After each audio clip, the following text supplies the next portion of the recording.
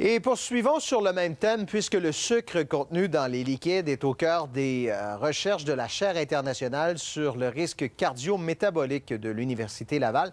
J'y suis allé cet après-midi afin de discuter avec le titulaire de cette chaire, le docteur Jean-Pierre Després. Docteur Després, votre honneur, je plaide coupable, j'ai bu ça ce midi. Qu'est-ce que j'ai bu?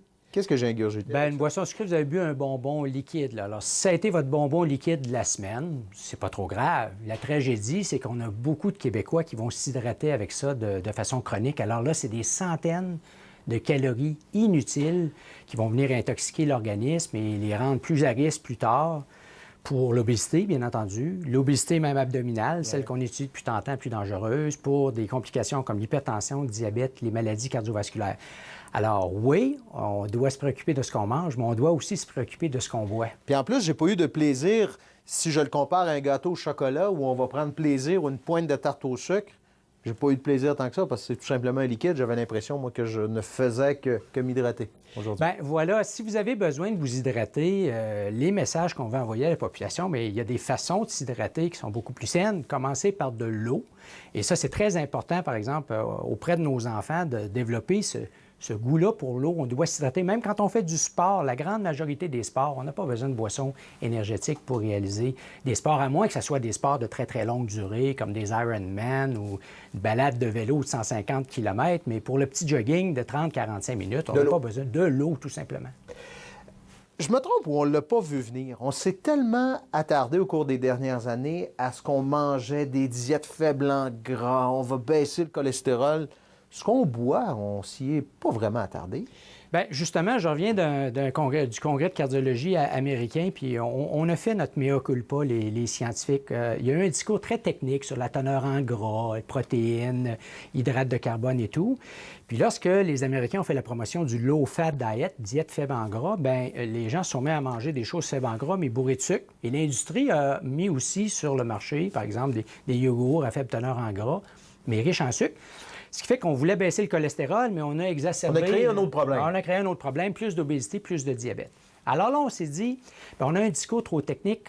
On va dire aux Nord-Américains, qu'est-ce qui fait finalement, quels sont les aliments qui sont les plus toxiques pour leur santé. Puis là, vous savez, il n'y aura pas de grande surprise. Hein?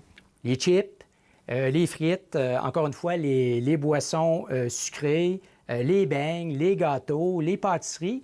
Et ça ne veut pas dire qu'il faut éliminer ça complètement de notre alimentation. Moi, j'ai une dent très sucrée et j'adore ces petits plaisirs-là.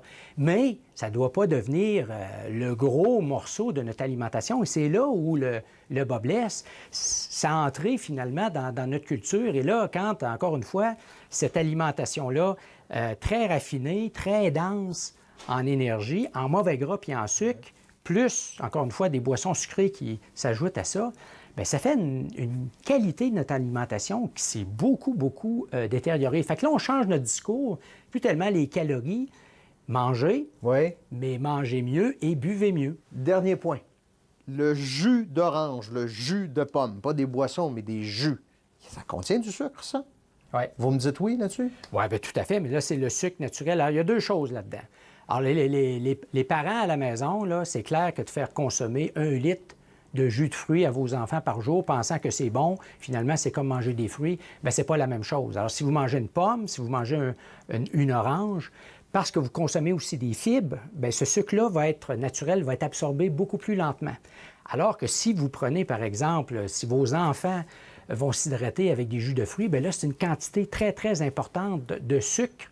Mais sans les bienfaits des fibres et voilà, tout ce qui vient avec. Tout à fait. Et vous allez consommer une quantité de sucre beaucoup plus importante. Alors, le jus de fruits, oui, c'est mieux que les boissons sucrées, mais il faut être prudent. Tout est une question de quantité, encore une fois. Gardez à l'esprit, là, la meilleure façon de s'hydrater, c'est avec de l'eau. Sans sucre ajouté. Merci beaucoup, Dr. Després. Ça fait plaisir. Merci.